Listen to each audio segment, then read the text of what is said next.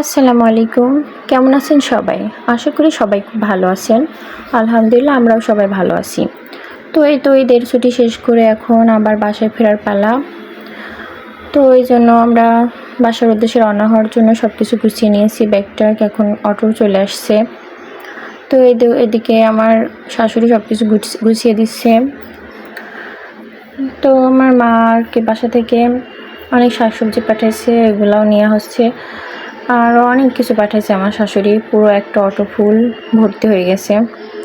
তো এই তো বাসা থেকে রওনা দিলাম আর কি, বাড়ি থেকে রওনা দিলাম বাসার উদ্দেশ্যে। আর এই যে আমার মেয়েটা তার খালামণির কোলের মধ্যে ঘুমাচ্ছে বসে বসে।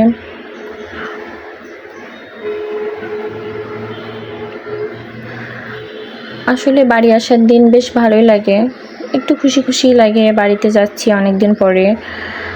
আর চলে আসার দিন একটু খারাপই লাগে, সবাইকে ছেড়ে চলে আসতে একটু মনটা খারাপই লাগে।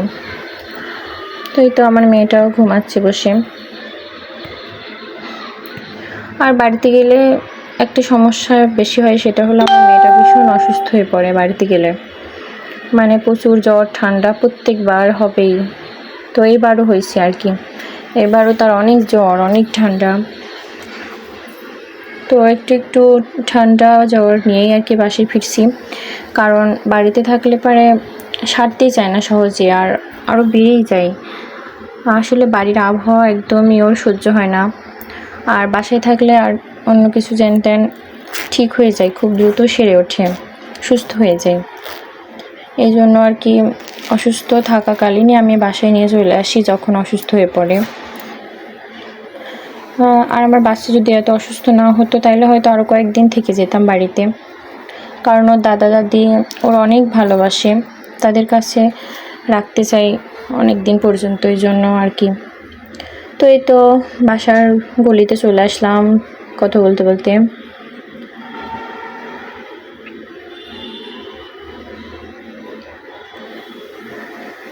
তো এই তো আল্লাহর রহমতে সুস্থ সবলভাবে আমরা বাসায় চলে আসলাম। অটোর ড্রাইভার সব কিছু নামিয়ে দিল আমাদের ব্যাগ-ট্যাগ, আর ওর বাবা গেট খুলে সব কিছু উঠিয়ে নিল। তো এই তো দেখেন কত কিছু ও কতগুলা ব্যাগ, একটার মধ্যে মাংস, একটার মধ্যে শাকসবজি, একটায় দুধ, একটায় চাউল, আর এই বস্তা ভর্তি পেঁয়াজ আলু, মানে বাড়ি থেকে যা যা দেয় আর কি। এখন আমের সময় আম দিয়েছে, কলা, সব কিছু মিলে এক বস্তা ভর্তি হয়ে গেছে। তো এই তো জিনিসপাতি পাঁচতলায় উঠাতে গিয়ে আমরা তো অনেক ক্লান্ত। তো আমার হাজব্যান্ড এখানে জুস কিনে নিয়ে আসছে ফ্রিজের ঠান্ডা, তো সেটা এখন খাচ্ছি আমরা সবাই। আর এই তো বাসায় এসে অনেক ক্ষুধা পেয়ে গেছে, কি খাবো। তো আমার হাজব্যান্ড আর কি 1 ঘন্টা আগে বাসায় আসছিল, এসে ও ভাতটা দিয়ে রাখছিল, খাবারটা হয়ে গেছে, ভাত আলু ভর্তা দিয়ে রাখছিল। তো আমি এসে চাক ভাজি আর ডিম ভাজি করে নিলাম। আর এই তো দেখেন আমার রান্নাঘরের কি একটা অবস্থা, সব কিছু এলোমেলো ছড়ানো ছিটানো, একটা জিনিসও গোছানো নাই।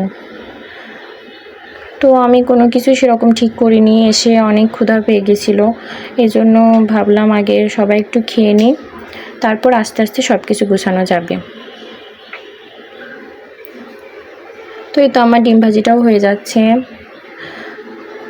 তো আজকের ভিডিও পর্যন্তই, সবাই ভালো থাকবেন, সুস্থ থাকবেন। আশা করি ভিডিওটা ভালো লাগছে, ভালো লাগলে অবশ্যই লাইক কমেন্ট শেয়ার করবেন। আল্লাহ হাফেজ সবাইকে।